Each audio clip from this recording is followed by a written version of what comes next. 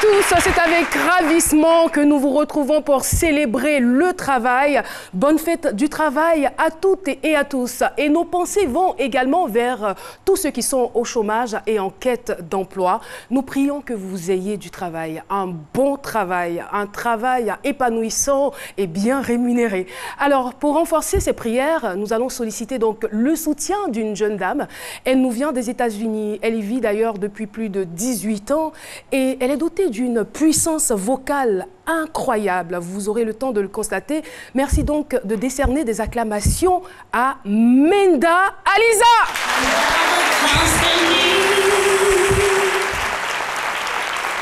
To be close to you, my heart is leading me to be at your feet. What can I bring? Oh, what can I give, oh Lord?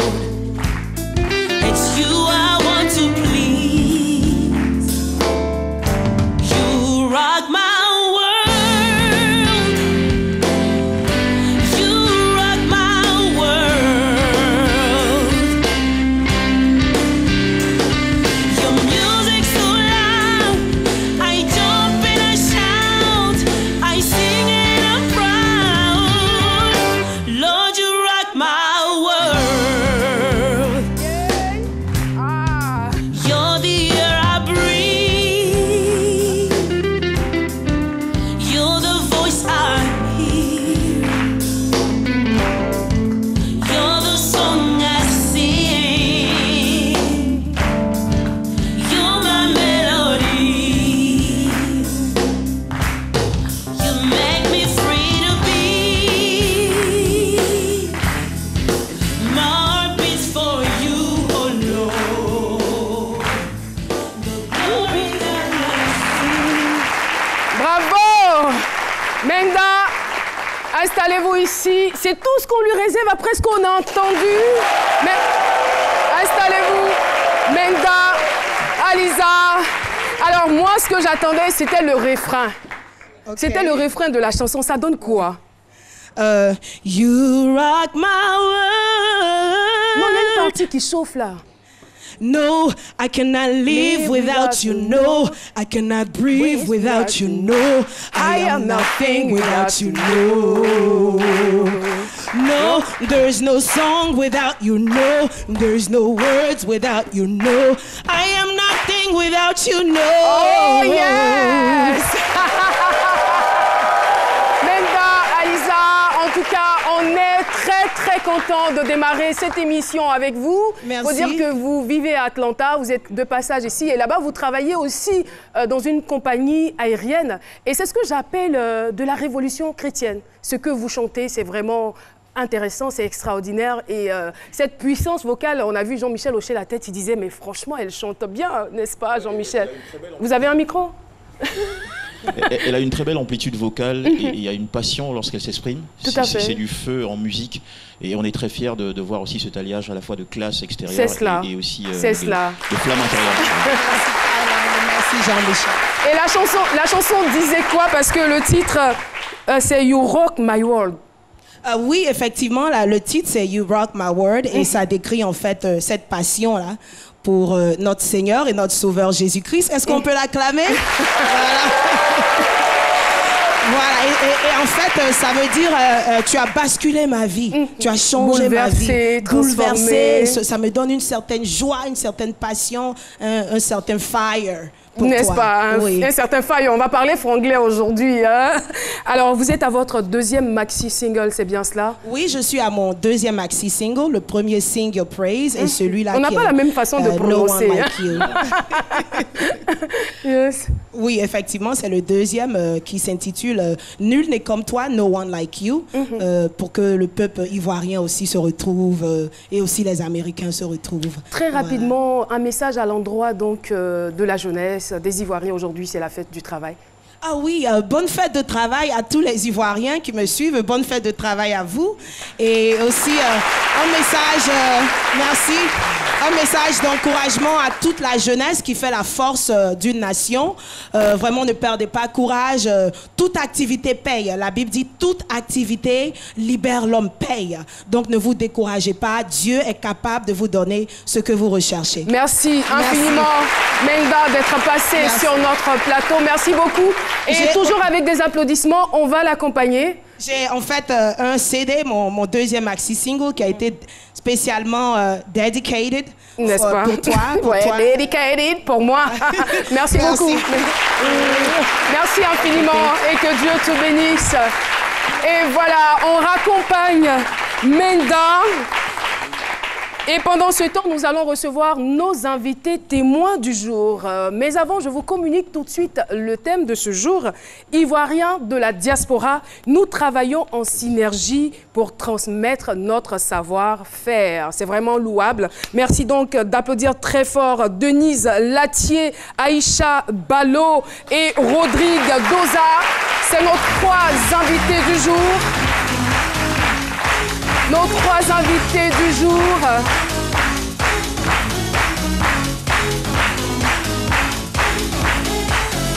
Et voilà, Aïcha, Denise et Rodrigue, on est très heureux de vous recevoir sur le plateau de C'est Midi. Et je dirais qu'on est fiers. Tout à l'heure, je disais que le projet, il est louable. Une chose est d'aller à l'extérieur, une chose est d'aller, comme on le dit, se chercher ailleurs, mais une autre est de pouvoir revenir dans son pays et mettre ses compétences à la disposition et au profit de ses frères et sœurs. Merci en tout cas d'avoir répondu à notre invitation. Sur ce, nous allons retrouver notre docteur en humour. Je suis sûre que vous le connaissez, vous l'aimez bien, c'est docteur Philo. Alors Denise ne semble pas être très convaincue là. C'est lui qu'on va retrouver, c'est lui qui va décortiquer le thème du jour. C'est parti, docteur.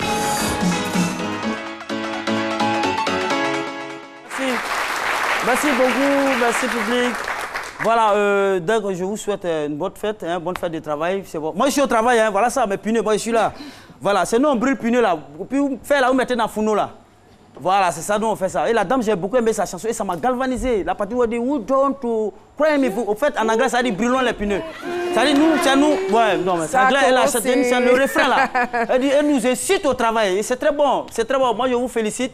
Vous travaillez en groupe, on parle de synergie. Moi, je dis, c'est ça, la synergie même là. Ça dit quand on travaille au groupe, ça a une connotation très, très spirituelle. Vous voyez un peu? Ça dit que si même en malinqué, ça veut dire la vie. Et synergie, c'est l'énergie de la vie que vous apportez, au fait. C'est la synergie. Et c'est ce que vous apportez à la vie. Et je voudrais vous en féliciter. Vous travaillez en groupe. Et généralement, travailler en groupe, c'est pas facile. Et souvent, c'est bon aussi. Parce que quand vous travaillez en groupe, souvent, quand il y a erreur là, on ne sait pas qui a fait l'erreur. Puis on va dire c'est l'autre là, c'est pas l'autre là. C'est que ça vous fait cette connotation là. Et c'est très bon. Vous êtes les vrais benguistes. C'est ça. Vous êtes de la diaspora. C'est ça. Voilà, vous êtes de la diaspora. Et puis vous, ce que vous apportez, en un mot, c'est l'éducation. Voilà, parce que vous êtes entrepreneur, qui fait la cuisine. Voilà, puis il y a la mode dedans. Vous voyez, entrepreneur, c'est eux. Vous avez vu, cuisine, CM, la mode, donc c'est l'ECM qui était à l'époque dans le programme scolaire en Côte d'Ivoire. Donc c'est l'éducation que vous apportez. C'est très, très spirituel. Je vais m'asseoir pour clore mes propos, vous dire que vous êtes bien, parce qu'on commence à souffrir de ces benguistes qui viennent, qui n'apportent rien, qui se promènent. Et quand ils viennent mettre en exergue leur lacune hexagonale, parce qu'ils viennent de l'hexagone. Donc ils viennent... Non mais c'est ça, c'est malheureux de le dire. Malheureux de le dire. C'est ça, ils viennent là, nos petits filles là, ils cherchent ça. Nous, on se défend, on brûle punir l'affaire, on va aux femmes là. Les petites filles qu'on gagne, ils viennent nous prendre ça. C'est benguis. Nous, on est obligé d'être réfugiés dans notre propre pays. Parce qu'eux, ils sont là. C'est-à-dire, on est obligé de se cacher, on est obligé de se cacher. C'est tout le problème de Philo, ça. Oui, mais ça fait mal. Il ne faut pas les filles, elles aiment ça. Quand elles viennent, c'est le benguisme. Nous, on est obligé de se cacher. Mais quand vous venez, vous travaillez, vous apportez. C'est ça. Parce qu'on dit, un sac qui est vide ne s'arrête pas. Vous êtes mannequin. Puis c'est toute une complémentarité. La cuisinière, elle prépare pour le mannequin qui s'arrête, qui marche bien. Et l'entrepreneur, l'argent que vous gagnez, il prend, il entreprend, il entreprend, il prend.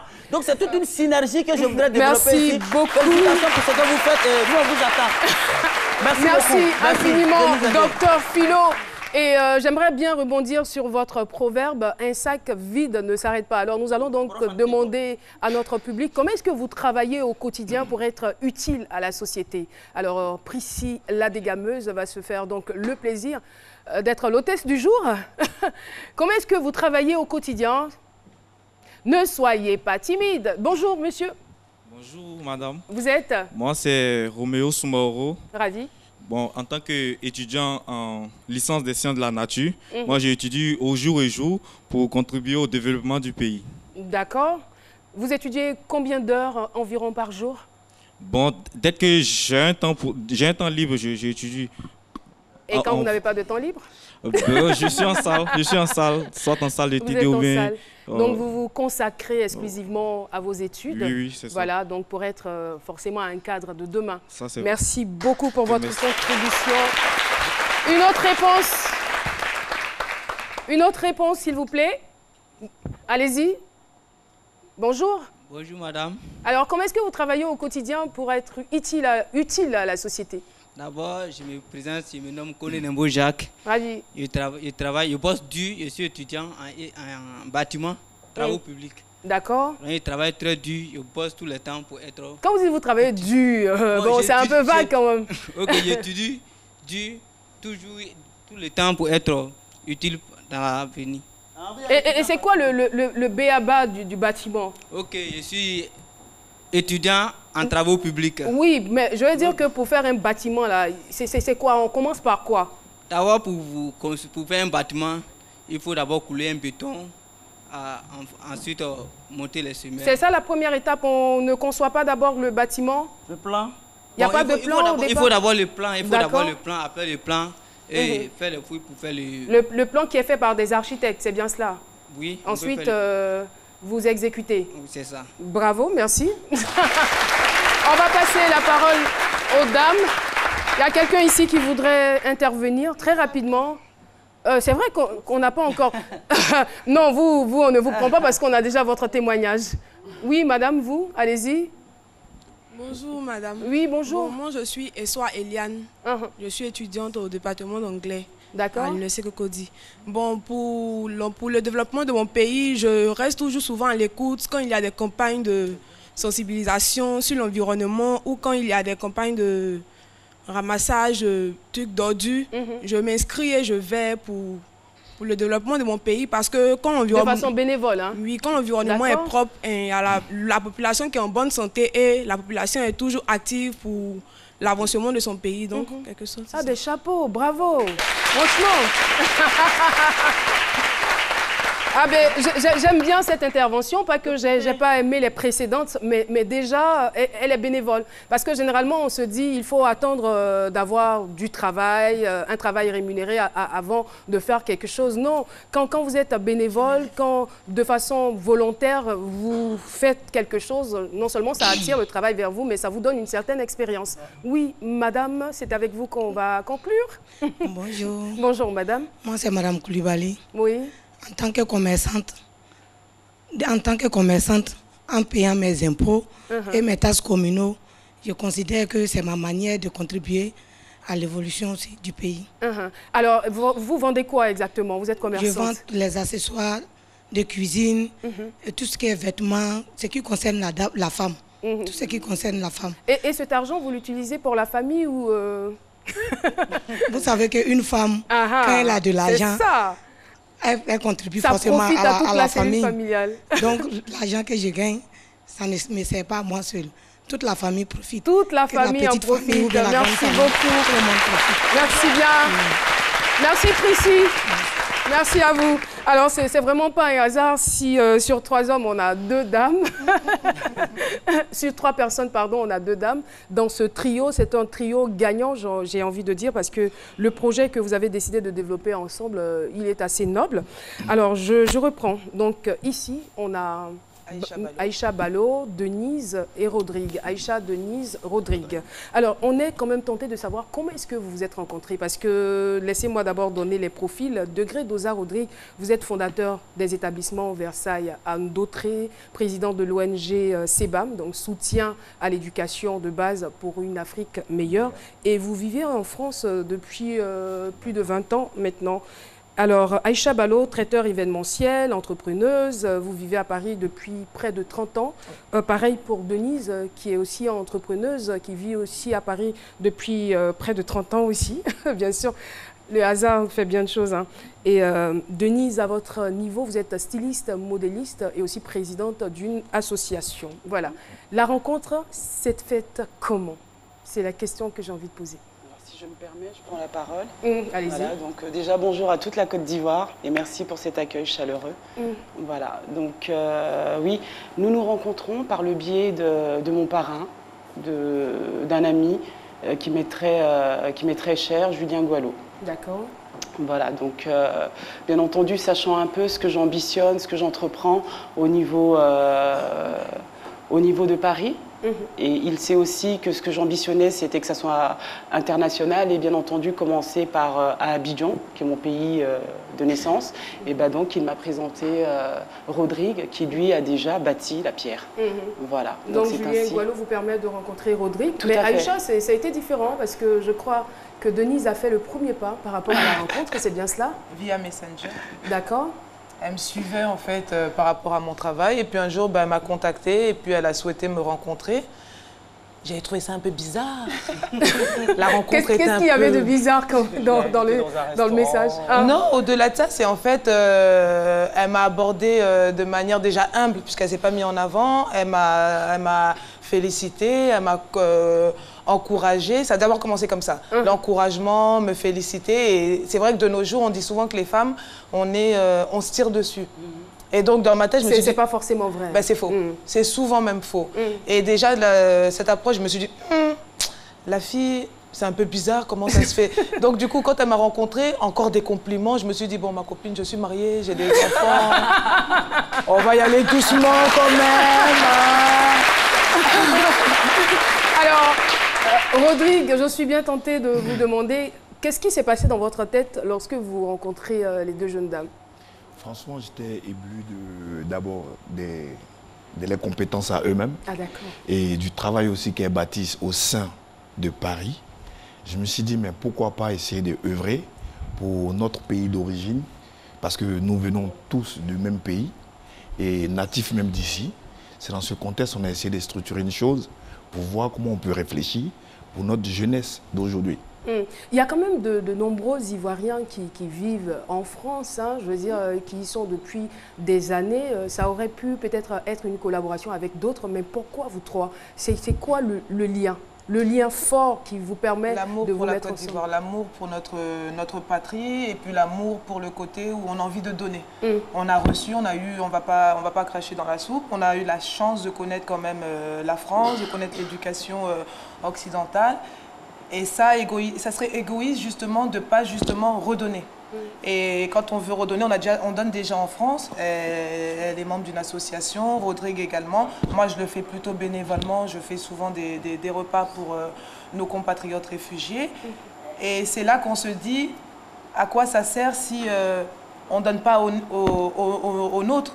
À quoi ça sert d'arriver en France, comme il disait tout à l'heure, de venir juste se la raconter, ouais, nous on est des benguis. Non, il n'y a pas de sens. Le plus important, je pense que c'est justement dire aux Africains qui sont ici, vous avez une plus-value. Et cette plus-value-là, il faut arrêter que ce soit les autres qui la voient.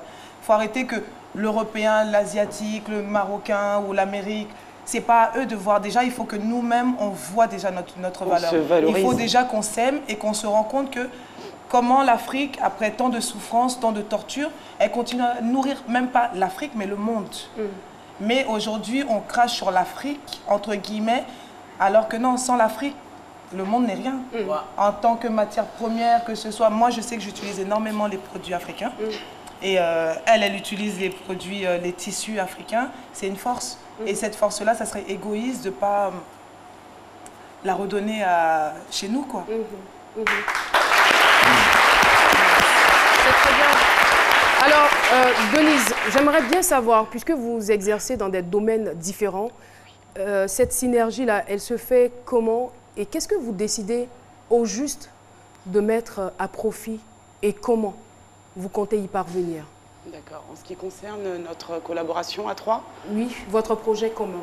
Notre projet commun, alors, c'est naturellement, sans forcer, comme on dit là-bas, sans forcer que les choses se font, puisqu'en tant que présidente associative, on a des projets qui sont répertoriés et on attend bien entendu le bon moment, le moment opportun pour pouvoir les concrétiser.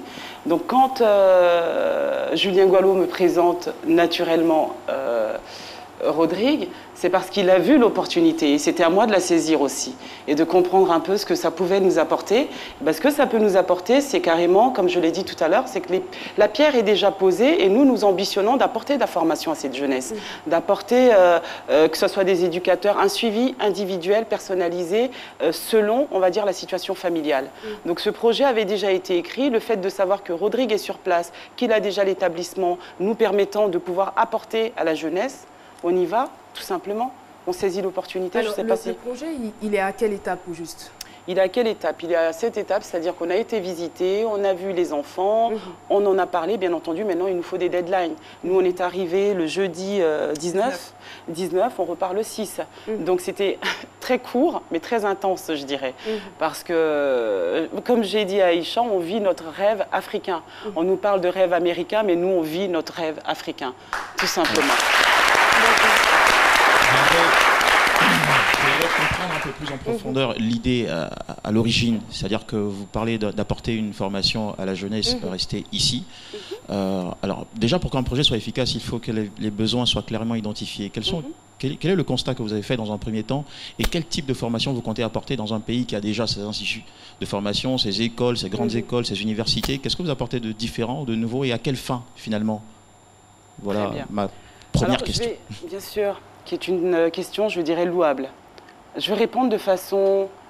Je vais synthétiser, d'accord? Il s'avère qu'en tant que présidente associative, oui, je vis en France. Oui, j'ai décidé de créer une association qui s'appelle Femmes du Monde en Action afin d'apporter à la jeunesse. J'ai ciblé les 15-25 ans, d'accord? Pourquoi j'ai ciblé les 15-25 ans? Parce que j'ai estimé et que j'ai vu sur le terrain qu'ils étaient en perte de repères identitaires. Bien entendu, je suis très connectée à mon pays de naissance. Aussi bien mes frères, je suis issue d'une famille de 22 enfants. Vous voyez que mon père n'a pas chômé. Donc je suis très ancrée dans ma culture. Et donc, venant tous les 2 ans, j'ai pu me rendre compte un peu des difficultés que nous rencontrions chez nous. Voilà. Donc effectivement, les dispositifs sont là, mais entre les dispositifs et la population, il y a un fossé. Vous voyez? Et c'est là où, en tant qu'associatif, on approche la population, parce que les réalités, c'est nous qui les vivons. Ici, aussi bien ici que là-bas. Vous voyez ce que je veux dire? Donc, quand tu vis la réalité du citoyen lambda dans sa difficulté, qui scolarise son enfant, mais qui, bien entendu, doit sortir un 5 000 ou un 10 000 et c'est difficile, bah là, tu te dis, il faut apporter, là. Il faut apporter. Et comment est-ce que tu peux apporter? C'est simplement avec des personnes de bonne volonté, des personnes bénévoles. Alors précisément, ce que vous apportez, c'est quoi? Est-ce que vous êtes en train de dire que vous apportez de l'aide à des parents en difficulté pour qu'ils scolarisent leurs enfants? En Côte d'Ivoire, je veux dire, la fréquentation à l'école primaire, elle est gratuite et imposée à tous. Donc, qu'est-ce que vous faites pratiquement? Est-ce que vous apportez... Alors moi, j'aimerais vous dire, elle est gratuite à quel niveau? Parce que dans le thème, on a parlé de savoir-faire. Voilà, donc je pense que la question, c'est de savoir ce que vous apportez à ces enfants. Vous êtes parti peut-être d'un constat. Vous avez vu que la plupart de ces enfants venaient peut-être de milieux défavorisés. Alors vous dites, il faut qu'on puisse leur apporter notre soutien pour ne pas que demain, ils se retrouvent à la rue. C'est bien cela. Allez-y, allez-y. Et puis, est-ce que vous apportez des formations, pardon, Caroline, est-ce que vous apportez des formations qualifiantes spécifiques? C'est pour ça que je parlais de besoins. Qu'est-ce que vous avez remarqué déjà? Quel est le déficit? Quel est le besoin? Et comment vous le comblez pour que justement ces jeunes-là puissent être utiles, pour reprendre l'expression à Caroline, à leur communauté, à leur société? Alors, Philo a très bien synthétisé un peu notre union. C'est-à-dire que l'union fait la force. Et en tant qu'associatif, on ne peut pas y arriver tout seul. Donc, c'est toujours des forces qui conjuguent ensemble. On entend bien et on apprécie. Comment? On entend bien et on apprécie. Très bien. Et là, je vais faire allusion à Soliciproc, qui est un partenaire, mais je dirais de toujours. Et Soliciproc a mis en place, comme vous le savez, des centres aérés. Enfin, des centres qui permettent d'accueillir des enfants pour que, bien sûr, ces enfants puissent bénéficier d'éducateurs, d'amusement, entre guillemets, d'animation et en même temps leur apporter. En tant que femme du monde en action, ce que je vais apporter, c'est une structure permettant de former les enfants issus de familles modestes. Donc un enfant peut être scolarisé dans une très belle structure comme celle que propose Rodrigue. C'est-à-dire dans le système général déjà, l'enfant est déjà introduit dans le système général et parallèlement vous lui proposez une formation. C'est-à-dire après avoir de façon individuelle ciblé le profil, on peut l'orienter vers une structure qui va le suivre jusqu'à sa majorité, c'est possible. Merci. Et là, je t'en prie. Pour ajouter encore ce que Denise a dit, la question elle est très bien réfléchie. Au fait, on est natif d'ici, donc on a connu un peu le système éducatif ici. Oui, mais c'est quoi la valeur ajoutée finalement? La valeur ajoutée est que on a immigré en Europe et on a vu un peu ce qui marche là-bas. Et le système ici, il n'est pas faux, il est bon. Mais donne encore en plus ce qui marche plus. Ce qui marche plus, c'est-à-dire communiquer plus avec les gamins et puis apprendre en même temps. Donc c'est ce qu'on veut apporter en plus en les enseignant. Vous qui êtes styliste, modéliste, comment est-ce que vous communiquez votre savoir-faire à ces enfants que vous allez bientôt rencontrer? Par, simplement des ateliers. Des ateliers. Donc, par des ateliers, on cible ceux qui souhaitent, qui sont désireux de s'initier dans le domaine de la couture, tout simplement. Et à ce moment-là, on met des formateurs en place pour pouvoir les initier. Voilà. Et ça, c'est déjà fait sur Paris. En tout cas, c'est un véritable bonheur d'échanger avec vous et de ce projet qui va forcément servir à la jeunesse ivoirienne. Mais avant de poursuivre l'échange, permettez-moi donc d'offrir de l'argent aux Ivoiriens. Voilà, on en a besoin.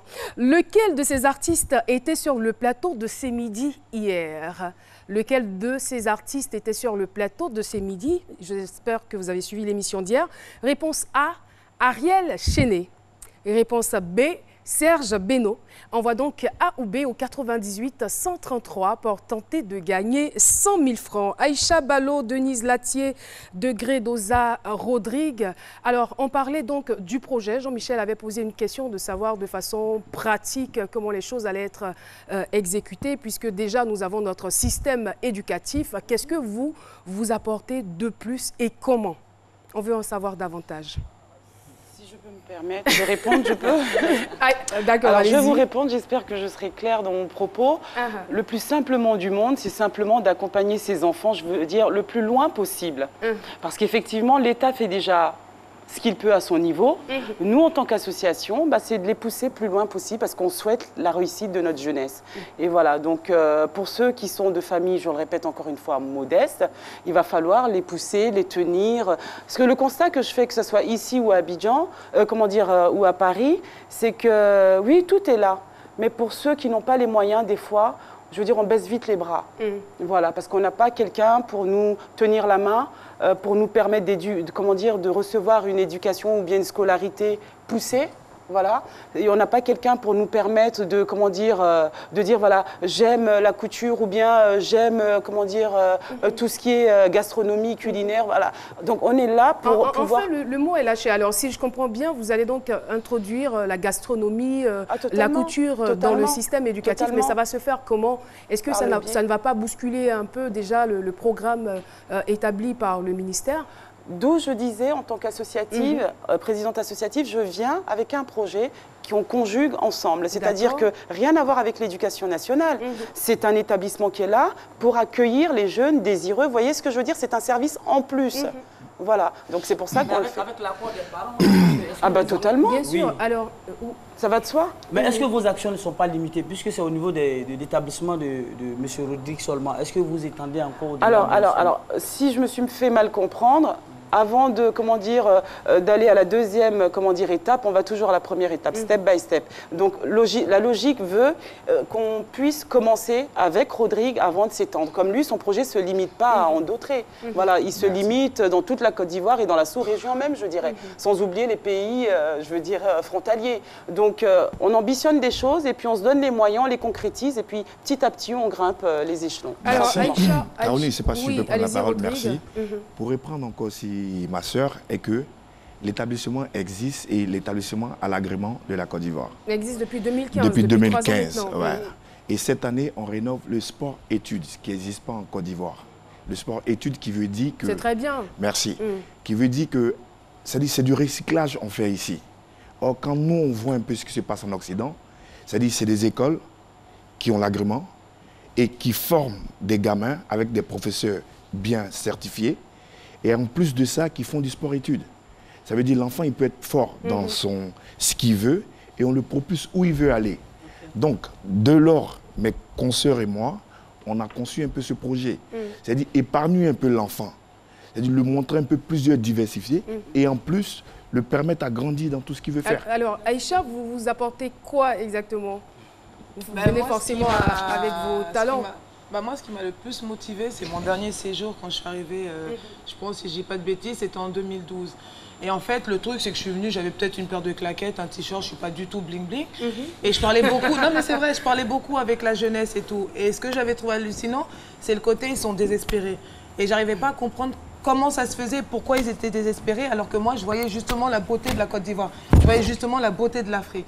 Et c'est là que je me suis dit, attends, toi, tu es en France, bon, j'ai pas un niveau scolaire non plus, j'ai arrêté l'école super tôt, je suis née à Trècheville, j'ai grandi à Montreuil, j'étais un peu les wesh, pop. Et c'est là que je me dis, bon, attends, tu es parti quand même de rien, je vais être un peu cru, tu es né entre guillemets dans les bidonvilles, tu es parti de rien et tu as la prétention, c'est mon rêve, hein, d'accéder à la Lune en pirogue. Donc, comment ça se fait que toi, né à Trècheville, ces enfants-là, ils ne le voient pas ça. Donc, je me suis dit, bon, j'ai peut-être pas fait d'école de cuisine, mais l'amour de la Côte d'Ivoire, l'amour des produits ivoiriens me pousse justement à retravailler la banane plantain, à retravailler la patate douce, l'igname, de manière à ce que même un Africain lui-même, il ne peut pas s'imaginer que c'est un plat africain si moi, je ne le lui dis pas. Et je me dis que justement, à Paris, c'est l'ère du vegan, du bio. Le vegan, le bio, c'est africain. L'igname, tout ça, c'est complètement africain. Donc, c'est montrer à cette jeunesse que voilà, ce que vous ne voyez pas, si nous, on peut l'apporter à l'Africain, aller au-delà de... À Paris, c'est... à l'époque, t'es serveuse, t'es caissière, t'es balayeur. Je crache pas dessus, j'ai fait tous ces métiers-là, que ce soit l'intérim, que ce soit femme de ménage, tout ça. C'est juste à un moment donné, on est noir, on est africain et ça... Il faut justement qu'on montre à cette jeunesse que, au-delà de vendre petit, même si tu commences à vendre petit, il faut te dire que demain tu peux avoir une boutique. Il faut te dire que demain tu peux avoir une chaîne. Et je pense que c'est ça qu'on veut essayer d'apporter à cette jeunesse. Merci.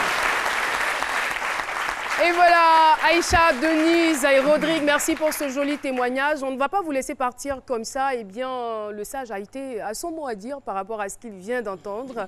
On le retrouve tout de suite.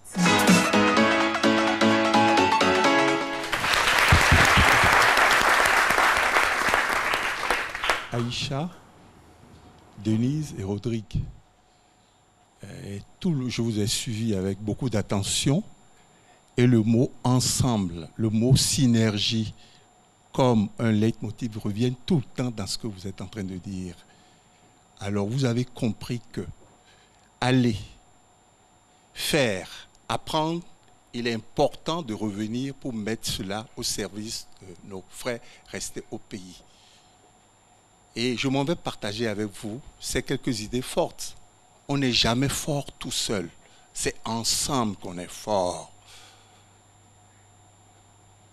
Vous voyez, la main, j'ai déjà eu l'occasion de dire une fois, le poing est plus fort que la main, alors qu'il n'est qu'autre chose que la main. 2 sont une armée contre 1. Et si vous voyez que le charbon brûle, c'est parce que les charbons sont réunis. Dès que le charbon se disperse, le charbon s'éteint. Alors donc vous avez intérêt, nous avons tous intérêt à être ensemble. Pour que le projet que vous êtes en train d'initier, vous puissiez le conduire jusqu'au bout, pour que nos frères et sœurs restés au pays puissent en profiter et en profiter largement. Merci beaucoup.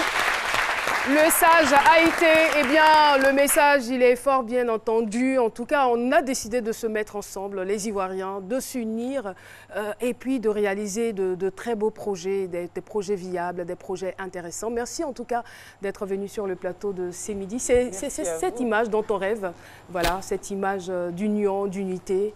Voilà, merci. Et puis à très bientôt. Merci bon à vent. vous. Voilà. Nous allons poursuivre cette émission et puis on a deux chroniques qui nous attendent. Aujourd'hui c'est mardi, donc c'est Potin Star normalement qui devait être effectué et exécuté par notre Alissa Zena. Aujourd'hui, bien sûr, elle va faire son baptême de feu dans cette chronique-là. Priscille la dégameuse qu'on retrouve tout de suite et maintenant.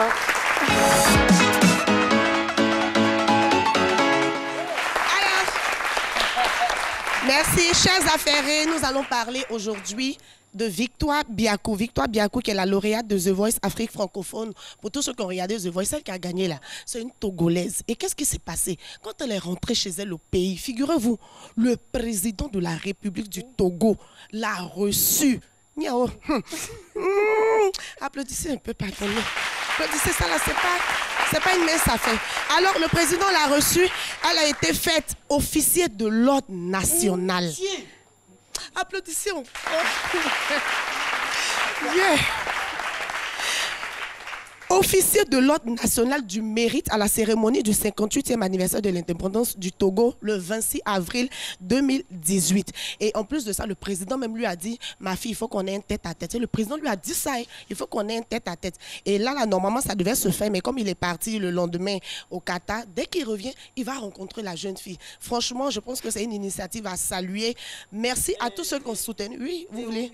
C'est une initiative à saluer. Il faut profiter que le samedi dernier, j'ai été quand même élu meilleur chroniqueur humoriste de la Côte d'Ivoire. Ça s'applaudit aussi. Et mon trophée, non, je vais vous apporter le trophée le lundi prochain pour plus de trucs. Et j'attends être aussi décoré comme ça aussi par le également. Voilà. Docteur Philo, vous avez des infos comme ça et puis vous ne nous informez pas. Vous n'êtes pas sur les réseaux sociaux, on ne sait pas comment avoir. Mais bon, en tout cas, on prie et on est content pour vous également. Mais moi, je suis encore très contente de ça. Voilà, la fille allait compétir, elle a représenté dignement son pays. Elle est revenue, le président a reconnu, il lui a donné un prix. C'est vraiment encourageant. C'est vraiment encourageant. Franchement, bravo à tout le gouvernement togolais et à tous ceux qui soutiennent cette candidate-là. J'annonce en même temps qu'elle prépare son premier single en contrat avec une major. Voilà. Et elle est consciente également que toute l'Afrique l'a soutenue. Il n'y a pas que les Togolais et même les Ivoiriens. Et à cet effet, justement, reconnaissante, elle vous a fait une petite vidéo. Enfin, elle nous a fait une petite vidéo qu'on va suivre. Coucou, bonjour à tous. Je suis Victoire Biakou, la lauréate de l'émission concours The Voice Afrique francophone 2018. Je souhaiterais par cette émission, c'est midi sur RTI, réitérer mes sincères remerciements à tous ceux-là qui ont suivi mes prestations, qui ont aimé et qui ont voté pour moi. Mes hommages particuliers à mes mélomanes ivoiriens. Je vous dis sur ce, à très bientôt pour mes actualités et bonne fête à tous les travailleurs. Ciao, ciao. Merci. Voilà, elle est très belle, n'est-ce pas? Je tiens également à encourager tous nos candidats d'ici, chanter, continuer de chanter et joue. Dieu va faire. Hein? Bravo à vous. Et elle, je suis déjà amoureux d'elle. Bah, c'est le président va la recevoir. Moi, mais j'ai parlé de ça ici. Tu peux elle va me laisser. Tous ensemble. Alors, on part chez Vital. Vital, la Beyoncé d'Afrique, qui annonce bientôt son concert au Palais de la Culture. Qui a dit Qui a dit Toi-même qui as dit là, je suis sûre que tu ne connais pas Vital. On peut mettre non, Djebi, ça c'est Nadège Bomisso quand elle revenait de Boaké. Pardon, on peut avoir une photo de Vital. Non, pardon. Voilà, on est suivi de loin. On peut avoir une photo de Vital, Djebi. Voilà, Vital, notre Beyoncé d'Afrique, qui sera bientôt au Palais de la Culture. Et ce qui est intéressant chez Vital, c'est que c'est une artiste qui sait ce que les gens pensent d'elle. C'est important, hein, en tant qu'artiste, de savoir ce que les gens disent de toi. Et elle a répondu tout de suite.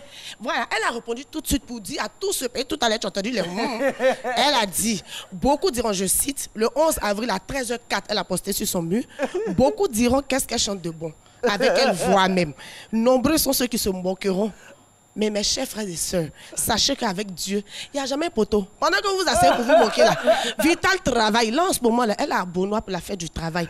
Elle a fait sortir son dernier, son chéri Coco. Donc, c'est pour vous dire, rien n'est impossible dans la vie. Vivi, moi, Priscilla, je te soutiens. De toute façon, elle a annoncé son concert. Moi, je serai au concert. Je serai pas comment on se fatigue. La a annoncé son concert. Elle dit, je fais mon concert, belle la culture, ça vous allez devenir. Ah, vous n'avez pas invité. Les fans de Vital, ils se connaissent, ils vont aller là-bas. En tout cas, moi, je te soutiens. On a également Evie Second, voilà, celui qui arrange toutes les parties de ta vie, qui sera là également. Donc, en tout cas, on est ensemble. Bravo, ma soeur. On applaudit Vital. toute l'équipe de ce midi va soutenir Vital. Moi, j'aime bien sa personne, elle est respectueuse. C'est tout. Elle travaille le reste là. On s'en garde pas comme elle a dit. C'est une bête, une véritable bête de scène. Et quand on est respectueux, on fait toujours le plein. Quand on respecte, on tape pas pour tout. Voilà. Donc nous, on sera là. Alors, on va aller au Portugal. Là, c'est un Africain qui allait verser notre visage au Portugal. Notre frère sénégalais. La scène s'est déroulée dans la localité portugaise de Aveiro. Une Portugaise de 91 ans a été retrouvée morte après des rapports sexuels réalisés avec son voisin sénégalais de 49 ans. Toi, Sénégalais, c'est sûr nous tu veux mettre la honte. Afin où toi, tes frères africains, ils vont en Europe, ils vont en Occident, ils vont travailler, puis ils vont se chercher. Tu as eu ta petite blanche, petit papier, tu remets. Toi, tu t'as quand tu tues la femme. 91 ans, peut-être ton arrière-grand, mais tu l'as tué. Pourquoi? Toi, tu as fait comment? Rapport que c'est ceux qui tuent, tu t'es placé comment? Je me renseigne, le gars est électricien. Tu allais électrocuter là-dedans. Tu fais ça pourquoi? Pourquoi? Donc, mes chers Sénégalais, mes chers frères sénégalais, vous qui nous suivez là, si on vous refuse visa 2 jours là, c'est lui là qui allait gâter votre affaire. C'est lui qui allait gâter votre affaire. En tout cas, merci. Et on va terminer. Beaucoup. Oui, si tu permets rapidement, Caroline. On va terminer avec mon coup de cœur de la semaine. Photo, s'il vous plaît. Rapidement. Voilà.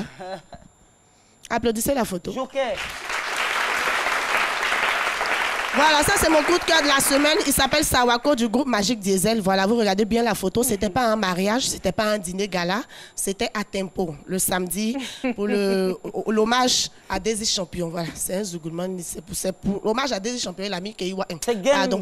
Il a mis la... Voilà. Merci beaucoup, Priscilla Degameuse. C'est Photosta pour aujourd'hui. C'est terminé. Et je vous invite au cinéma.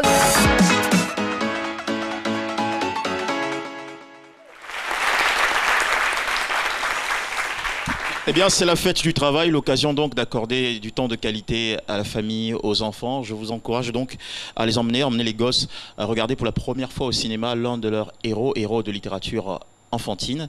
C'est Pierre le Lapin, un lapin courageux, intelligent, espiègle, qui est résistant face aux difficultés, qui se rit, qui s'amuse des situations, qui rêve de ressembler aussi à son grand-père qui lui a laissé, disons, son journal intime intitulé « Le guide pour devenir un bon lapin ». Vous allez retrouver donc sur grand écran Pierre le Lapin avec toujours cette, disons, ces embrouilles avec monsieur MacGregor pour le potager, également cette envie toujours de plaire à la voisine qui adore les animaux. C'est une très jolie aventure comique en 1h30 pour toute la maison. Regardez ces images qui vont vous envoyer des couleurs. Il était une fois, dans une forêt magnifique, un lapin prénommé Pierre, qui portait une veste bleue. Oh, pardon! Mais pas de pantalon. Entrez les amis, le jardin est à nous! Surtout, faites-vous plaisir. Attends, c'est pas toi qui voulais me manger? Montre-moi un peu tes dents. Allez, fais-moi un petit... C'était toi! J'en étais sûr. Comment tu vas? C'est cool de t'avoir... Voyons, là, c'est une vraie fête. Je vois pas ce qui pourrait venir casser une ambiance pareille! MacGregor arrive! Tous sans abri! Oh.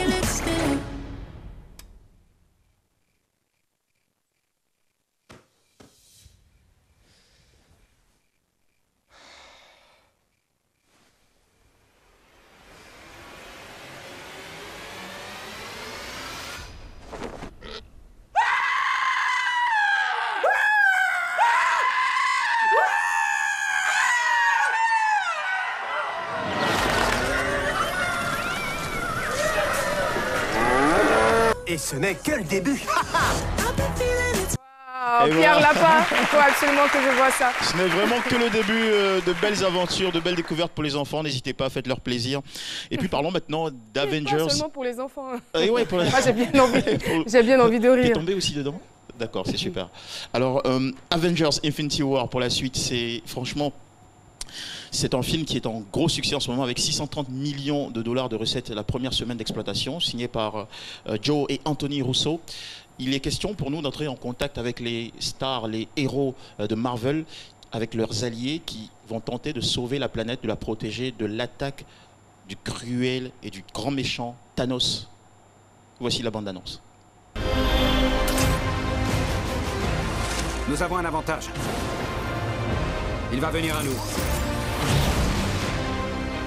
Nous avons ce que veut Thanos. Et nous l'utiliserons.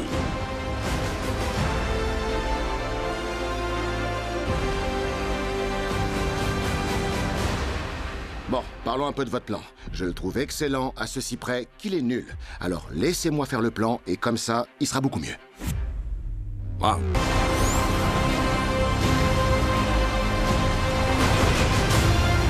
La fin est proche.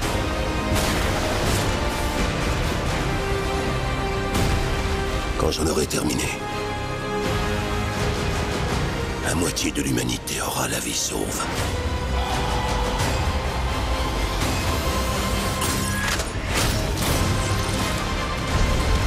C'est un parfait équilibre. Comme toute chose devrait l'être. Souhaitons que le monde se souvienne de vous.